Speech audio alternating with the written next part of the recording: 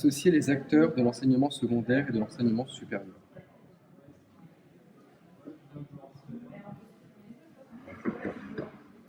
Alors, est-ce que vous pouvez m'expliquer quel est cet arbre? Par exemple, là, je vois des racines peut-être? Oui, alors, donc, les racines, en fait, c'est l'environnement, c'est la société, c'est le contexte, c'est la famille, c'est ce qui va ancrer l'arbre et ce qui va lui donner de la stabilité pour pousser. Et là, quelle est cette bouteille d'eau au milieu? Alors, c'est le trou là qui est là, il représente constitué par des briques. Les briques, ce sont les acquis de compétences et le ruban vert, c'est la transversalité pour relier ces acquis de compétences. Il semblerait aussi que vous ayez mis des brindilles. En fait, les brindilles représentent le parcours possible pour les individus. Donc, chacun peut choisir son parcours et chacun a un parcours individualisé avec des aboutissements qui se passent à plusieurs niveaux. Donc, il n'y a plus de distinction comme on a maintenant de diplôme, de niveau de sortie. En fait, on peut très bien, même cycle sur la suite, rentrer et sortir. Et qu'est-ce que vous pouvez me dire de ces éléments-là, de toutes les couleurs?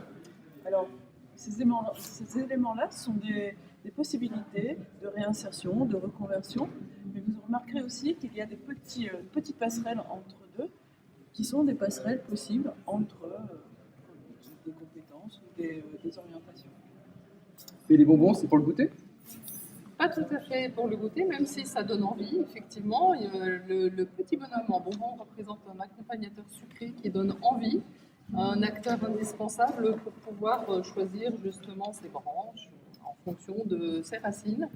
Donc voilà, il représente l'ensemble des acteurs dans l'enseignement secondaire et l'enseignement supérieur qui vont accompagner les apprenants. On retrouve néanmoins une certaine similitude avec la tour de Pise. Est-ce qu'il ne serait pas un peu bancal, votre arbre? Pas du tout, il n'est pas bancal, il est en déséquilibre constant, comme la marche, qui est un déséquilibre sans arrêt renouvelé, et sans arrêt retour à l'équilibre. La formation, le parcours de vie de chacun est une succession de retour à l'équilibre et de réussite dans la vie. Et du coup, cet arbre, c'est l'arbre des possibles.